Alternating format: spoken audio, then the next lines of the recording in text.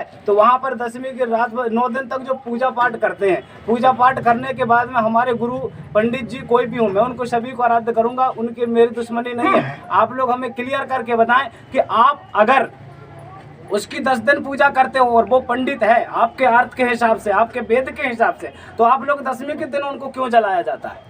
तो मेरा अर्थ यही है कि आप लोगों को मालूम है वो हमारा आदिवासी है, मूल निवासी है, रक्षा करने वाला था और हमारे गोंड वंश के खून था। इसलिए आप लोगों को मालूम है कि आदिवासी की वंशज खराब करना है तो इनको रावण को जला जाए, तब जाकर के इनकी वंशज खराब होगी। यही रणनीति, इसमें कोई रणनीति की बात नहीं है। दूसरी बात, हमारे महिषासुर राजा की बात आती है तो कहीं भी दुर्गा की प्रतिमा बनाते हैं। हम दुर्गा की पूजा करते हैं, लेकिन दुर्गा की पूजा हम आदिवासी कैसे करते हैं? हमारे यहाँ बाना होता है, त्रिशूल होता है, साँट होता है, उसमें विराजमान होती है, ना कि कोई मूर्ति बनाकर, कोई सुंदरता महिला को देखकर उसकी शक्ल बनाकर पूजा करने की जरूरत नहीं है। क्योंकि हम लोग आराध्य देवता करते हैं, प्रकृति की पूजा करते हैं। प्रकृति का मतलब होता है प्रकट होना और आकृति का मतलब होता है अपन आकार बनाकर उसको बिठाकर उसकी पूजा वंदना करना। जो देव बिकता है वो टिकता नहीं है और जो वो बिकता नहीं है वो सदा के लिए टिका रहता है। आप लोगों को मालूम होगा कभी क्या आपकी खेरेदाई बिकी?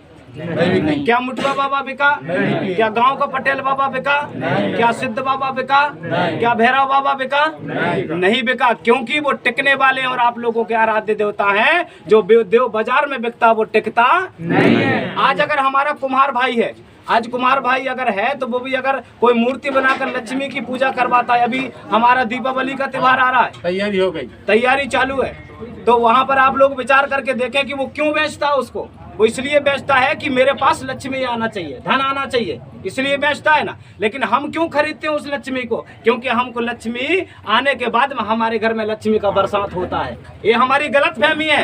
अगर बिकने के बाद में क्या एक आध दिन आप लोग एक काम करना, 1 महीने पूजा करने के बाद में एक दिन कहना उस मूर्ति से कि हे महालक्ष्मी माता हमको 10 रुपए देना। अगर वो तुमको दे देती है तो मैं कहता हूँ उस मूर्ति की सदा उसके सामने बैठकर पूजा करना चालू करते हैं। मेरे भाई बहन, आप लोगों को ये मूर्ति कुछ देने वाली नहीं है। मैं किसी के देवताओं का आलोचना नहीं कर रहा हूँ, किसी को विलोचना नहीं कर रहा हूँ, आपके सच्चे नेत्र खोलने की तैयारी कर रहा हूँ। आप लोग पत्थर में जल न चढ़ाएं, आप लोग जाकर कोई पेड़ में जल चढ़ाएं और जाकर के सुबह अपनी धरती माता का पांव परे, अपने माता पिता का पैर परे। और जब आप लोग सुबह उठते हो, अमास पूनो ना भी हो तो आप लोग पैर धोकर अपने माता पिता का पीना चालू कर दो, जिसको ST SC और OBC कहा जाता है। सभी समाज के लोगों से मेरा रिक्वेस्ट है, आप लोग ऐसा करना चालू करोगे तो आज नहीं, कल नहीं, आज तो छोड़ो, आने वाले समय में भी तुम्हारा वही अधिकार होगा जो आप लोगों के समय पीछे हजारों साल आप लोगों ने छोड़ गए। उन्हीं देवताओं के बारे में बात करने जा रहा था। अभी आप लोग इन चीजों से भी वर्जित हो गए। आप लोगों को मालूम होगा अभी आप